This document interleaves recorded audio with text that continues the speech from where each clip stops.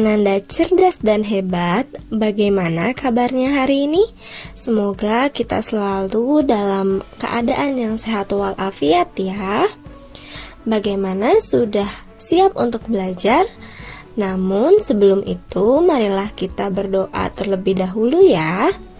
Berdoa menurut kepercayaannya masing-masing dipersilakan.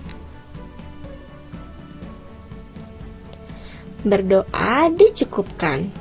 Bagi semua Ananda yang hadir menyaksikan video pembelajaran ini, silakan tulis namanya dan ketik kata hadir di kolom komentar ya. Sebelum kita belajar, Ibu akan menyampaikan terlebih dahulu tujuan pembelajaran kita hari ini. Tujuan pembelajaran kita ini adalah dengan menguraikan teknik membuat batik, siswa mampu mengidentifikasi langkah-langkah membuat karya seni rupa daerah dan mempresentasikannya. Ananda semua masih ingat kan kemarin kita belajar tentang seni rupa daerah. Nah, coba Ananda semua tuliskan pendapat Ananda semua tentang batik di kolom komentar. Kira-kira batik itu apa ya? Yuk kita saling berbagi pemahaman kita di kolom komentar ya. Nah, Ananda semua, kali ini materi yang pertama yang akan diajarkan adalah makna tentang motif batik. Ananda semua pasti tahu banyak sekali motif batik yang pernah kita lihat. Ada motif bunga, ada motif parang, kemudian ada motif burung, atau mungkin gambar makhluk hidup lainnya, dan masih banyak lagi. Nah, tahukah kalian bahwa setiap motif itu memiliki maknanya masing-masing? Kita bisa lihat pada slide berikut ini. Nah, bisa dilihat ya, di sini ada gambar bunga teratai. Bunga teratai ini ternyata memiliki arti loh. Nah, bunga teratai ini dianggap suci dalam kepercayaan Hindu dan Buddha yang sering muncul dalam kain batik. Nah, Ananda semua tahu ya bahwa teratai itu termasuk ke dalam golongan tumbuhan air. Teratai ini memiliki makna yang lebih dalam dari kesucian, yaitu ada kebahagiaan, kecantikan, kesuburan, kemurnian, cinta, dan kehidupan. Nah, seperti kita ketahui ya bahwa air itu adalah sumber kehidupan. Kita ketahui bahwa di dalam tubuh kita itu lebih banyak kandungan air. Maka dari itu tumbuhan air ini melambangkan kehidupan. Selanjutnya, mari kita lihat ada batik sawah. Nah, coba dilihat, apakah kalian pernah melihat batik seperti ini? Itu tuh gambar burung loh, walaupun di tengah-tengahnya ada gambar poligon. Lihat, motif ini sebenarnya adalah gambaran dari burung legendaris, yaitu burung Garuda. Nah, dalam kepercayaan Hindu Buddha, burung Garuda ini adalah burung yang ditunggangi oleh Dewa Wisnu, sehingga burung ini melambangkan kehormatan, kekuatan, kekuasaan. Nah, selain itu juga saling mengayomi. Nah, di sana terlihat ada bentuknya yang sederhana, sayapnya yang lebar, menggambarkan kekuatan, keperkasaan, dan kecepatan. Bisa dilihat ya, ternyata motifnya itu memiliki makna yang sangat dalam. Kemudian selanjutnya adalah batik parang. Nah, kita sering lihat ya, di mana-mana ada batik parang. Dari Solo, Pekalongan, Jogja. Nah, sebenarnya apa sih batik parang ini? Nah, kita lihat dulu ya. Parang dipersembahkan untuk keluarga kerajaan. Pola paralel dan diagonal pada batik ini menggambarkan kekuasaan dan kecekatan dalam melakukan sesuatu, sehingga diharapkan pemakaiannya dapat melakukan tugasnya dengan cepat. Nah, jadi tahukah kalian bahwa batik parang itu itu memiliki banyak sekali ragam jenisnya. Awalnya memang untuk keluarga kerajaan, namun seiring berjalannya waktu, kita semua bisa menggunakan batik parang tersebut. Nah, batik parang ini biasanya diartikan sebagai ombakan lautan karena melambangkan tanda tidak pantang menyerah, seperti ombak laut yang tidak akan berhenti bergerak apapun rintangan yang ada di dalamnya, apapun yang ada di depannya. Nah, ini itu melambangkan semangat yang pantang menyerah. Nah, selanjutnya adalah pola bunga. Pola bunga adalah pola batik yang umum. Pola tersebut menghias kain-kain batik dengan garis yang berkelok-kelok, berwarna, dan renggang. Nah, tadi salah satunya adalah bunga teratai ya, kita sudah bahas. Bunga lainnya yang sering muncul adalah bunga kamboja, sepatu, dan bunga bakung. Nah, bunga ini melambangkan keindahan, kecantikan, kebahagiaan. Dapat dipahami ya sampai di sini? Bila ada yang ditanyakan, silahkan tulis di kolom komentar. Nah, tadi kita sudah membahas sekilas tentang makna motif batik. Sekarang kita tahu ya, ternyata setiap motif itu memiliki makna yang berbeda-beda. Dari makna yang berbeda-beda itu, batik memiliki tempat produksi yang berbeda-beda. Hampir di setiap daerah di Indonesia memiliki motif batiknya tersendiri. Maka dari itu, kita akan membahas tentang daerah penghasil batik terbesar di Indonesia. Sejak kemerdekaan Indonesia tahun 1945, tradisi membatik ini berkembang bersama generasi muda pencipta batik, menembus batas tanpa melanggar tradisi membatik yang sebenarnya. Sejumlah rumah produksi batik bertahan dalam waktu ke waktu, menghadirkan gaya batik baru dengan desain yang beragam. Nah, ada lebih dari 200.000 pembuat batik yang bekerja di sentra batik yang merupakan desa-desa rumah produksi batik saat ini. Desa ini telah ada selama beberapa dekade dan jutaan batik telah diproduksi. Nah, sekarang kita akan membahas 3 daerah penghasil batik. Yang pertama adalah batik Pekalongan dari Jawa Tengah. Pekalongan ini terletak pada daerah Jawa Tengah. Kota ini dikenal sebagai kota batik.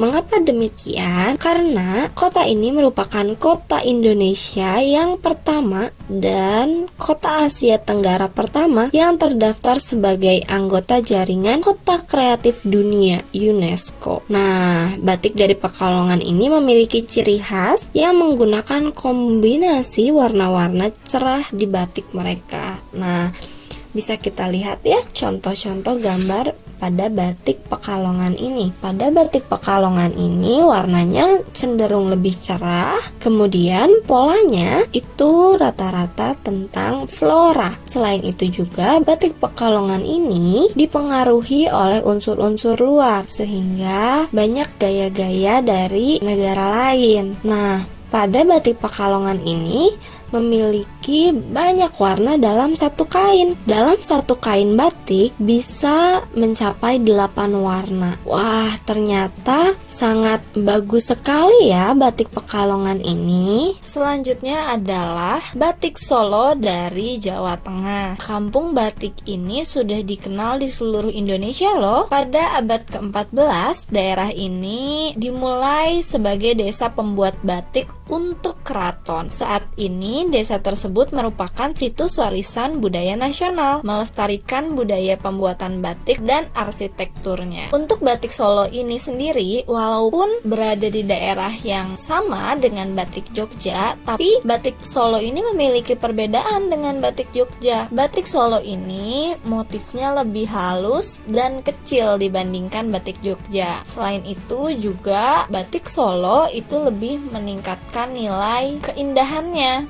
warnanya itu cenderung coklat tua ke arah hitam. Nah, kalau untuk coklat mudanya biasanya digunakan untuk keraton Solo. Untuk motifnya sendiri lebih banyak menggunakan motif keindahan alam seperti bunga dan yang lainnya. Nah, kemudian juga di batik Solo ini terkenal dengan motif kerisnya. Biasanya untuk batik Parang pun berbeda dengan batik Jogja. Kalau batik Jogja arahnya dari kanan atas ke kiri bawah, sedangkan untuk batik Solo dari kiri atas ke kanan bawah. Selain itu juga batik itu dikenal dengan corak hiasannya. Nah, untuk batik Solo ini dia lebih memiliki banyak sekali motif-motif hiasannya dibandingkan batik yang lainnya. Kemudian daerah selanjutnya adalah Cirebon dari Jawa Barat. Secara historis, Cirebon itu merupakan pelabuhan penting pada abad ke-18 sampai ke-19.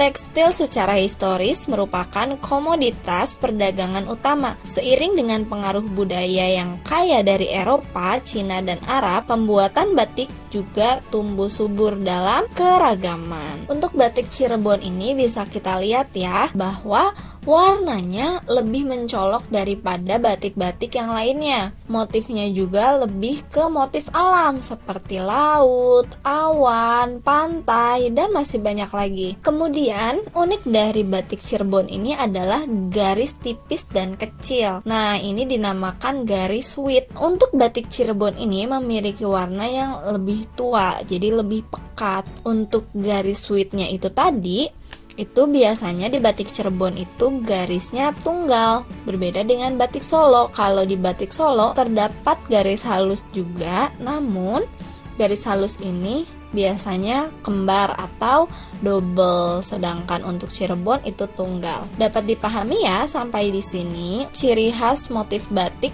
pada setiap daerahnya. Sekarang kita akan belajar tentang bagaimana cara membuat batik. Nah, tadi kita sudah menuliskan berbagai argumen kita tentang batik. Batik adalah teknik cara menggunakan motif pada kain yang menggunakan proses pemalaman, yaitu menggoreskan malam atau lilin pada kain. Teknik batik ini berasal dari Pulau Jawa di Indonesia.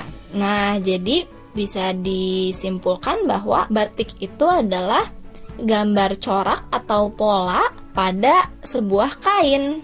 Nah, batik ini dituliskan pada kain berupa titik-titik dan garis dengan alat yang bernama canting. Jadi, alat yang benar-benar dibutuhkan untuk membatik secara tradisional batik tulis itu adalah canting. Dulu lilin yang digunakan itu adalah lilin tawon, getah pinus, atau lemak kerbau.